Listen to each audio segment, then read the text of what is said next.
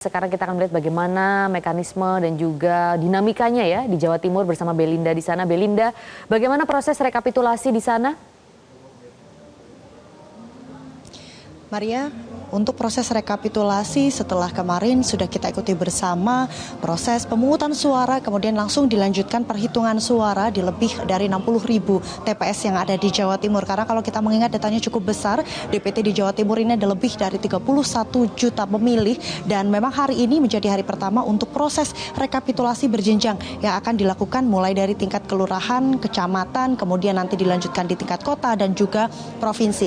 Kita akan bertanya sebenarnya bagaimana skema untuk rekapitulasi berjenjang. Saat ini sudah bersama saya ada Komisioner KPU Jawa Timur, Bapak Khairul Umam. Pak Umam, untuk rekapitulasi berjenjang sendiri ini sebenarnya prosesnya seperti apa, Pak? Ya, jadi rekapitulasi berjenjang itu nanti kita lakukan setelah proses penghitungan hasil perolehan suara di masing-masing TPS itu selesai semua dilaksanakan.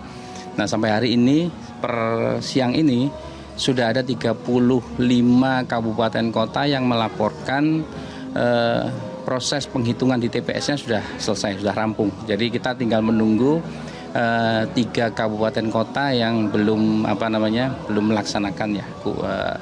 Dari data di data center prosentase teman-teman mengunggah C hasilnya itu sudah 99%. Itu artinya memang kurang sedikit ya, kurang beberapa TPS yang belum, sehingga mungkin 3 kabupaten kota itu masih menunggu beberapa TPS itu. Nah, nanti setelah ini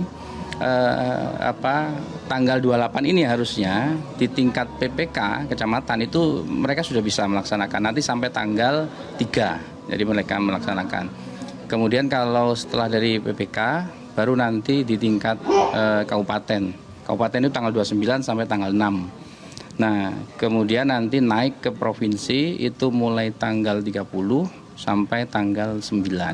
Nah, bedanya kalau di tingkatan kabupaten rekapitulasinya 2 jenis pemilihannya direkap, baik itu Pilbub, Pilwali bersama dengan Pilgub. Nah, nanti naik di provinsi itu hanya melakukan rekapitulasi yang pemilihan gubernur saja. Ya. Sebenarnya kalau kita melihat untuk data dari quick count ini sudah mulai muncul. Nah, kalau orang menyebutnya real count, perhitungan real dari KPU sendiri sebenarnya sejauh ini prosesnya sampai mana, Pak?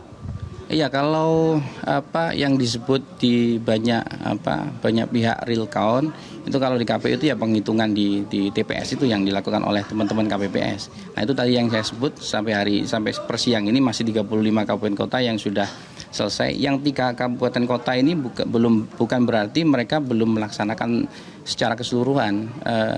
Mereka masih ada tersisa beberapa TPS. Dari kita bandingkan dengan data center ya, karena sudah 99% berarti menyisakan beberapa TPS yang belum selesai. Itu artinya sebenarnya sebagian besar sudah selesai, tinggal beberapa TPS saja yang belum masuk. Ya. Kira-kira untuk 3 kabupaten kota ini kira-kira faktor apa yang menyebabkan akhirnya belum selesai sampai hari ini, Pak? Kalau dari data center itu bisa jadi soal teknis ya. Misalnya tadi malam ada laporan pemadaman listrik karena ada cuaca, kan hujan deras ya di beberapa tempat di kabupaten kota. Nah, kemudian itu mempengaruhi sehingga teman-teman mungkin ada yang kelupaan karena datanya sudah masuk, kemudian sempat difoto tetapi tidak sempat diupload misalnya begitu. Nah, nanti itu akan kita lakukan di kecamatan. Siap, terima kasih Pak Umam.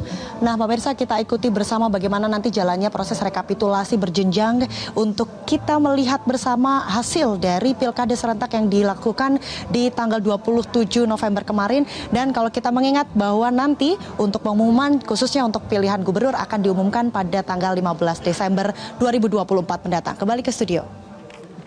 Baik, Belinda Firda melaporkan langsung dari Surabaya, Jawa Timur. Sebelumnya juga ada Rida Pulpi di Surakarta, Jawa Tengah. Terima kasih teman-teman untuk informasinya. Jelajahi cara baru mendapatkan informasi. Download Metro TV Extend sekarang.